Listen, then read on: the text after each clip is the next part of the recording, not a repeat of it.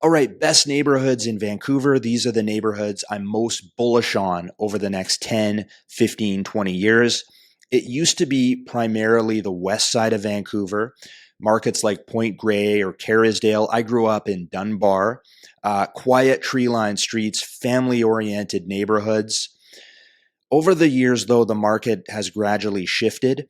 These markets are not as vibrant as they once were, largely due to the fact that they are primarily zoned for detached single family homes, which is by definition, they're going to be extremely unaffordable.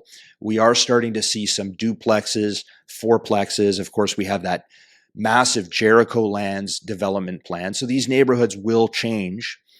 However, I moved into False Creek Olympic Village in 2011. My family moved here. I've got a colleague in Canada House here, realtor colleague.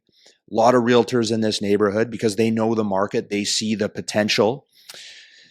My top markets would be, of course, I'm biased. I live in Olympic Village in False Creek, but False Creek, Yaletown, West End, Kitsilano, of course, Fairview. You could put Mount Pleasant on that list. That's a big up and comer.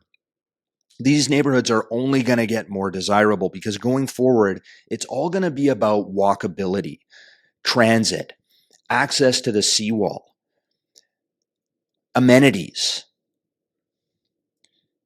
So I'm excited about a number of these projects. The Jericho Lands, Oakridge is going to be huge. I'm really excited about the north side of False Creek, the Expo lands owned by Concord Pacific. This should have been developed decades ago, but if you've seen the renderings, very futuristic, really cool architecture. I'm excited. I'm excited about the future of Vancouver, and I remain more bullish than I've ever been. And on that note, I am surprised at the negativity that I see in the mainstream media, and particularly in social media. I don't understand how anybody could be negative on the Vancouver market.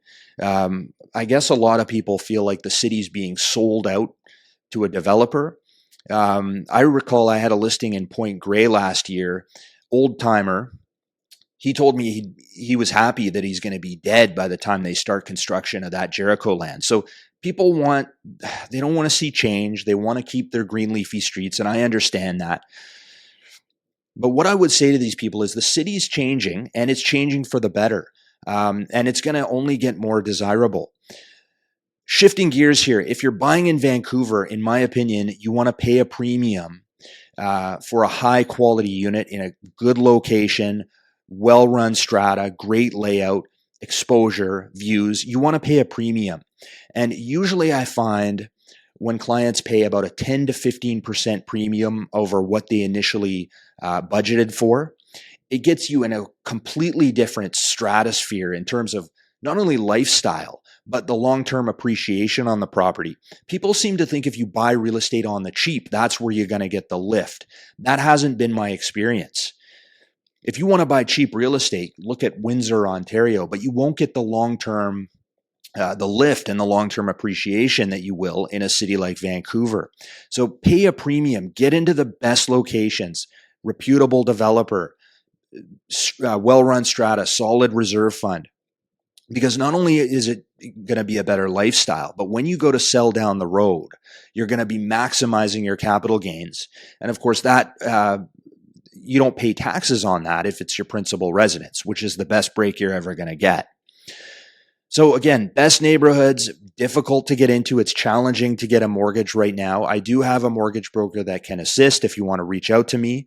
But in the long run, it's going to be the best decision you ever made. Matter of fact, given another 10, 15, 20 years, you're going to wish you bought 2 or 3 condos in False Creek or Yaletown.